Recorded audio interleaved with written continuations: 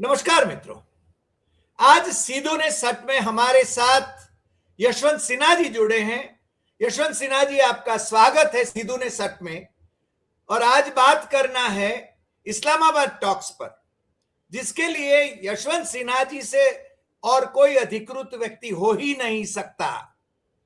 हम ये बहुत यानी विनम्रता से कह रहे हैं, क्योंकि आप भारत के विदेश मंत्री रहे हैं और आईएएस अधिकारी भी रहे हैं आप।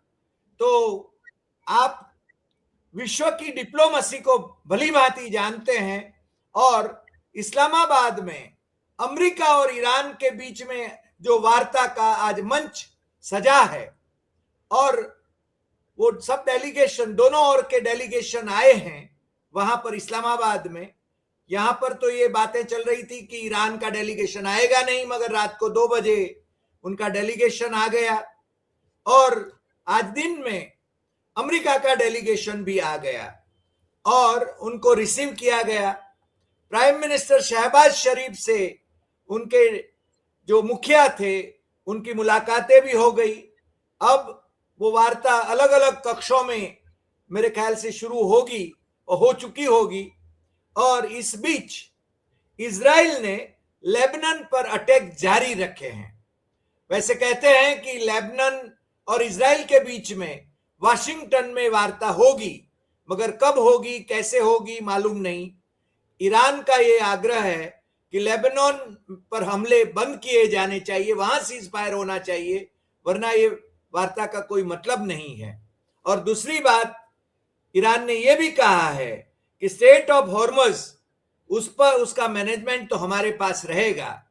ये मसले तो काफी कुछ सेंसिटिव हैं, मगर आप चूंकि विदेश मंत्री रहे हैं, ऐसे संवेदनशील विषयों पर किस प्रकार से कोई समझौते पर पहुंचा जा सकता है और क्या संभावनाएं बनती हैं, क्योंकि हम शुरुआत में ये नहीं कहेंगे कि ये फ्लॉप हो जाएगी या ये सफल हो जाएगी। गिव एंड टेक होता है। तो हम तो आपकी राय जानना चाहेंगे, आपका विश्लेषण जानना चाहेंगे। हमारे दर्शक भी आपको सुनने के लिए बहुत आतुर हैं। तो सिन्हा साहब, आपका फिर से एक बार स्वागत, और आपसे अनुरोध है कि आप इस पर अपनी बात रखें। सिन्हा साहब। बहुत बहुत धन्यवाद हरि भाई, जी। बहुत बहुत धन्यवाद आपका।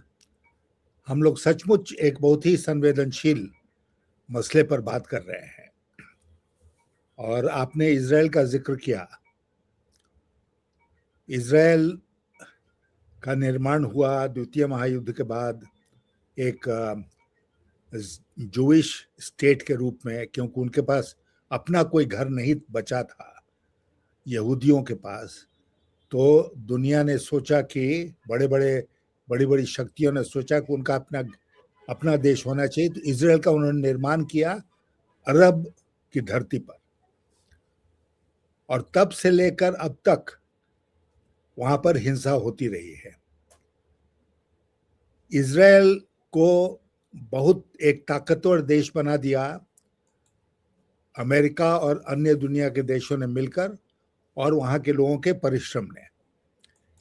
वो एक ताकतवर देश बना, इसकी सब लोगों ने सराहना की। लेकिन दुर्भाग्य ये है कि वो ताकतवर देश जो है वो एक रोग स्टेट बन गया। धीरे धीरे करके उसकी गतिविधियां ऐसी होने लगी जैसे कि उसके ऊपर कोई कानून नहीं है, या वो कानून के ऊपर है, उसके ऊपर कोई नियंत्रण नहीं है, और वो जो चाहता है वो करता है। मुझे याद है कि हम लोगों के टाइम में भी, मतलब वाजपेयी जी के टाइम में और उसके पहले उसके बाद, संयुक्त राष्ट्र संघ के अनेकों प्रस्ताव हैं जिसमें कि इजराइल की भर्त्सना की गई है। और इजराइल का इस युद्ध में भी इजराइल की भूमिका बहुत ही गंदी रही, मैं कहूँगा।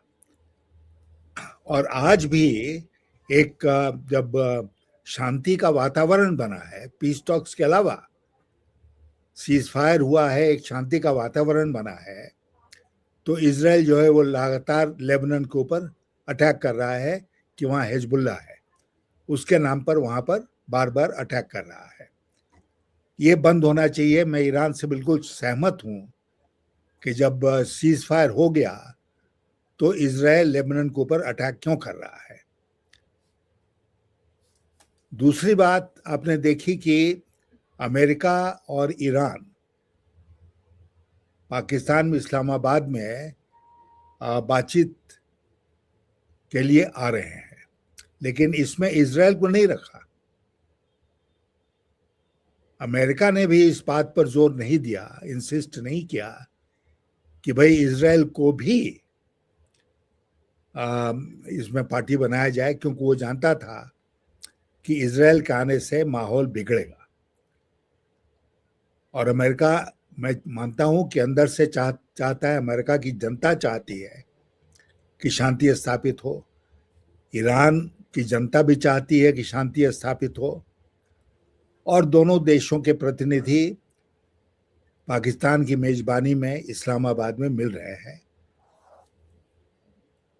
अब हमारे देश में कुछ मीडिया चैनल्स हैं, पहले तो हमें ईर्ष्या हुई कि भाई ये पाकिस्तान में क्यों हो रहा है, हमने कुछ किया नहीं, हम खामोश रहे। जब पाकिस्तान के बारे में मैं बता दूं आपको कि पाकिस्तान एक क्लाइंट स्टेट है, पूरी तरह से निर्भर है चीन के ऊपर, और इस सब मूव के पीछे चीन का हाथ है। चीन दुनिया का दूसरा सबसे शक्तिशाली देश है।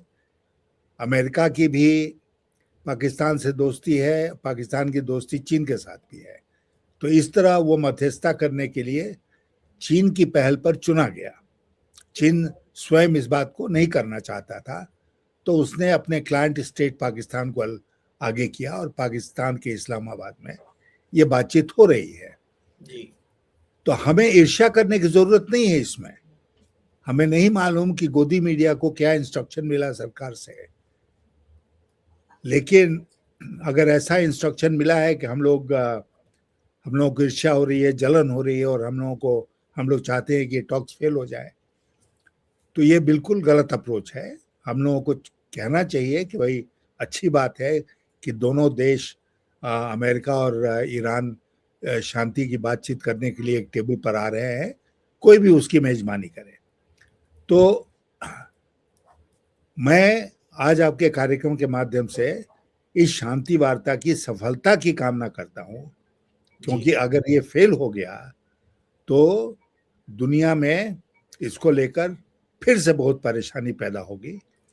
अभी मैं आपसे झारखंड से बात कर रहा हूं, यहाँ रोज अखबारों में खबर छप रही है कि गैस की किल्लत है, डोमेस्टिक कुकिंग गैस की किल्लत है, बहुत सारे हॉस्टल्स बंद हो गए, स्टूडेंट्स जो हैं वो अपने अपने घर जाने को विवश हो रहे हैं, बड़े बड़े शहरों में जो मजदूर थे उनका काम रुक गया, बंद हो गया, वो घर लौटने को वापस हो रहे हैं। कोविड जैसा एक कोविड जैसी परिस्थिति बन रही है। तो इसमें अगर सब कुछ शांति आ जाए विश्व में, और खास करके हमारे पड़ोस में खाड़ी देशों में, तो हमारी इकोनॉमी को भी फायदा होगा, सबको सुधार होगा। तो क्यों नहीं हम इसकी कल्पना करते हैं और उम्मीद करते हैं कि ये टॉक सक्सेसफुल हों और दोनों देशों के बीच में और विश्व में शांति स्थापित हो। सर, इस बीच वैसे ट्रम्प भी कुछ उल्टे सीधे निवेदन करते रहे हैं, जैसे हॉर्मुज खाड़ी पर कब्जे के बारे में भी वो आए दिन निवेदन करते रहते हैं, और अमेरिका पर इजराइल निर्भर है, ये तो भली भांति हम जानते हैं। तो इजराइल पर ये दबाव नहीं डाला जा सकता कि वो हमले कम करें या बंद करें लेबनान पर?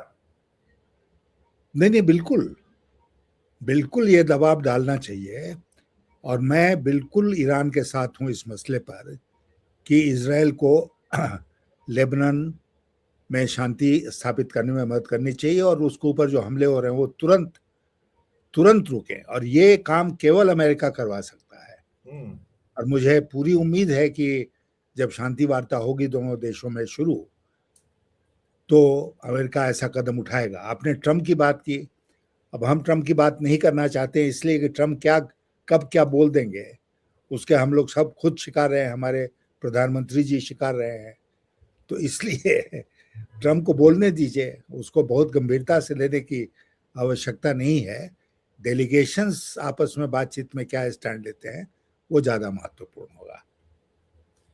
क्योंकि इस वार्ता में ट्रंप के दामाद को भी शरीक किया गया है, यानी उनके उपराष्ट्रपति को तो नेतृत्व करने के लिए भेजा गया है, मगर उनके दामाद कुशनर जो है उनको भी भेजा गया है, जिनके लिए इजराइल ने गाजा में नरसंहार किया, और ये स्वयं भी यहूदी हैं।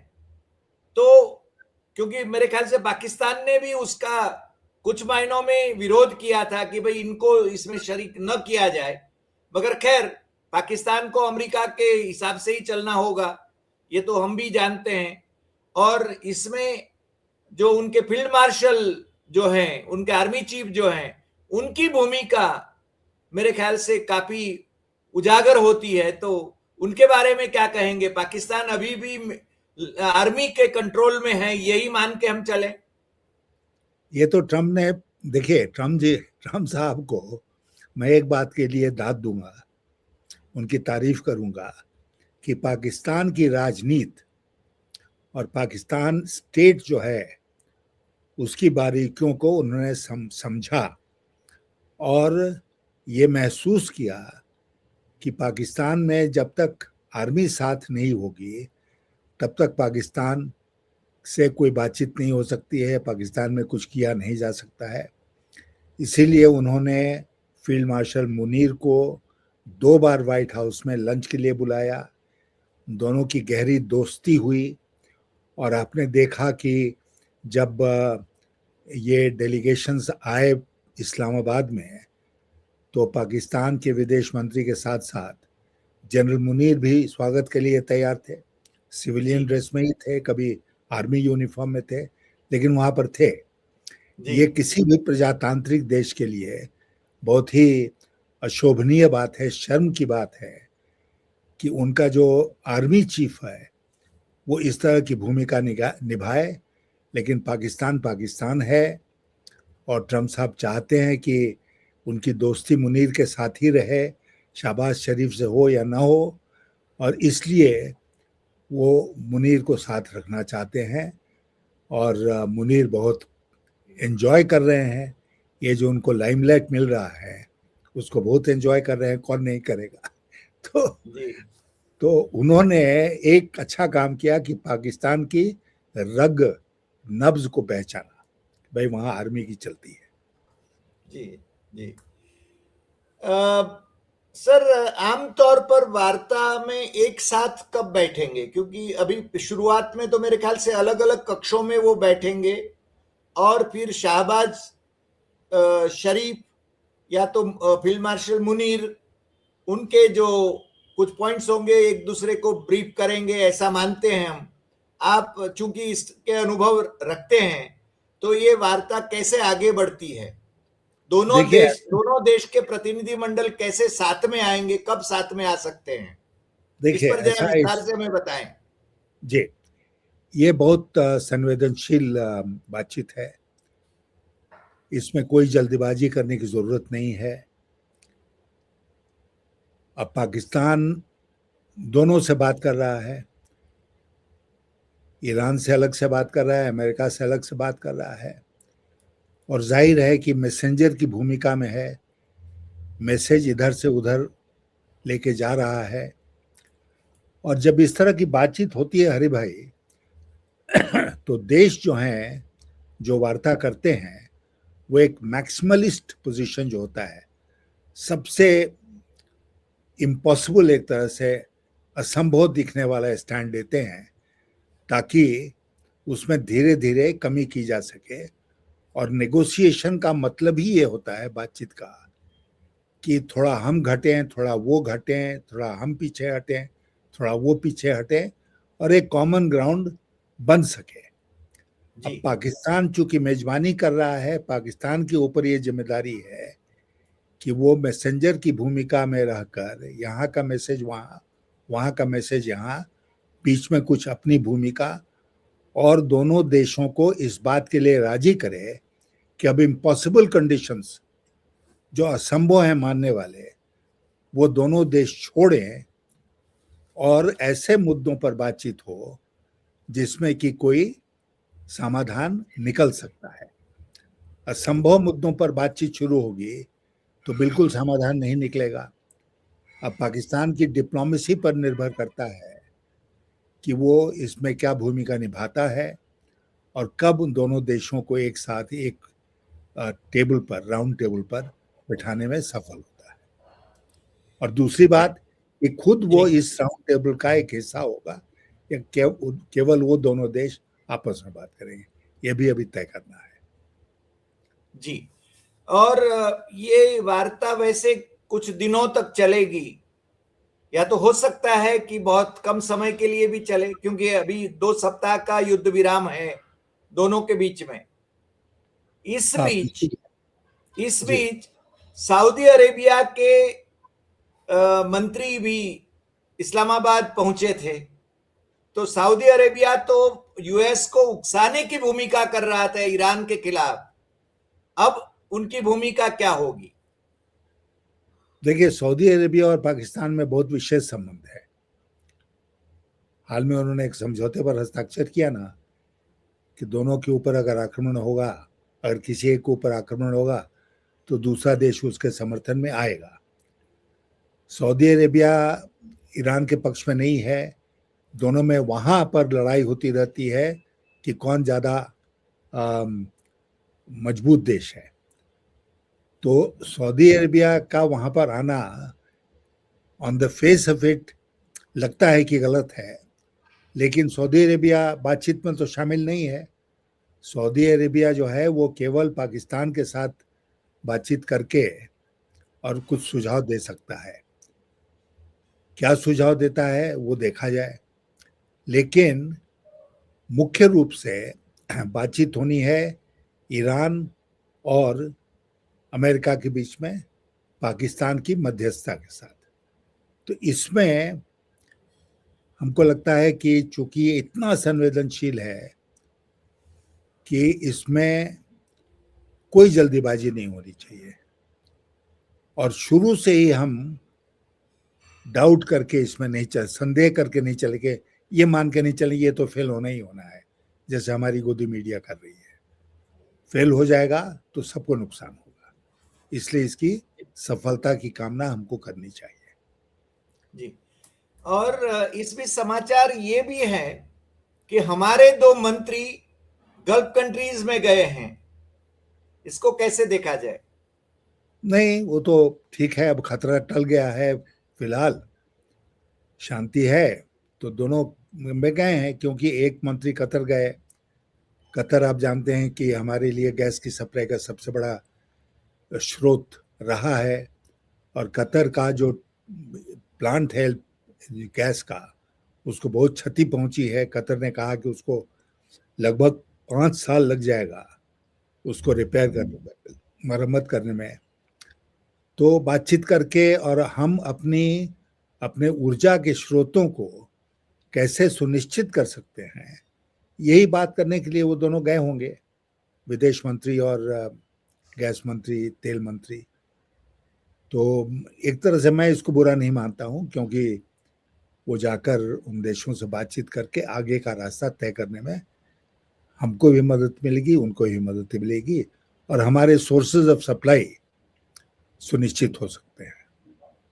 जी सर, एक अंतिम सवाल मुझे हो रहा है कि हमारे प्रचार मंत्री, क्षमा करें, प्रधानमंत्री नरेंद्र मोदी जी, वो मौनम शरणम गच्छामि जैसी स्थिति में हैं, तो उनकी क्या भूमिका? क्योंकि रशिया और यूक्रेन के युद्ध में पापा ने युद्ध रुकवा दिया, ये बहुत हंगामे हुए थे, वहां पहुंच जाते थे। आजकल वो प्रचार मंत्री ही बने हुए हैं, इलेक्शन में जमे हुए हैं, और मेरे ख्याल से विदेश की इस बातों में ज्यादा ध्यान नहीं दे पा रहे हैं प्रकट रूप से। वैसे कहा जाता है कि वो बातें तो हर एक से करते हैं, पता नहीं आप क्या कहेंगे? हरि भाई, आप उनको ज्यादा जानते हैं, बहुत दिनों से देख रहे हैं, आपके प्रदेश के हैं। फिर भी मैं जरूरत कर रहा हूं, हिम्मत कर रहा हूं आपसे कहने के लिए कि मोदी जी श्रीमान चुनाव जीवी हैं, समझे ना, इलेक्शन जीवी हैं। जी जी। तो इसलिए चुनाव हो रहे हैं और उन लोगों ने ये टारगेट रखा है इस बार कि तमिलनाडु में जो हो, केरल में कोई कुछ भी हो, पुडुचेरी में कुछ भी हो, बंगाल को हथियाना है किसी भी येन केन प्रकारेण। तो लगे हुए हैं दोनों, मोटा भाई छोटा भाई उसमें। और मोदी जी बहुत जोर से लगे हुए हैं प्रचार करने में बंगाल में। इस समय वो विदेश नीति भूल गए, दुनिया को भूल गए, इस बात को भूल गए कि भाई अगर ईरान और इजराइल में और ये अमेरिका में समझौता नहीं हुआ तो हमारे भारतीयों को कितना नुकसान होगा। 1 करोड़ भारतीय गल्फ में रहते हैं, गल्फ के कंट्रीज में। उनका रेमिटेंस हमारे फॉरेन एक्सचेंज रिजर्व्स के लिए बहुत महत्वपूर्ण है। आर्थिक दृष्टिकोण से देखें तो भारत की अर्थव्यवस्था में उनका बहुत महत्वपूर्ण योगदान है। तो वहाँ शांति स्थापित होगी तो वो लोग आराम से अपनी जीविका चला सकते हैं। तो ये सब इश्यूज हैं, लेकिन मोदी जी को आज इसकी चिंता नहीं है। आज वो इस जुगत में लगे हुए हैं कि किसी प्रकार बंगाल को जीता जाए। तो वो कर रहे हैं वहां पर धुआंधार प्रचार। और आप हमसे ज्यादा जानते हैं चुनाव जीवी जो होते हैं वो यही करते हैं। सर, आज आप हमारे साथ जुड़े और आपने जैसे कहा कि शांति वार्ता की सफलता की हम कामना करते हैं। हम आपकी इस बात में से सहमत हैं। हम भी ये इस्लामाबाद टॉक्स की सफलता की कामना करते हैं, क्योंकि इसमें ही हमारे देश का और विश्व का भला है, ऐसा मानते हैं। आज आप हमारे साथ जुड़े, इसके लिए आपका बहुत बहुत शुक्रिया। और फिर मिलेंगे नए एपिसोड में नए विषय के साथ। नमस्कार सर, धन्यवाद। नमस्कार, धन्यवाद।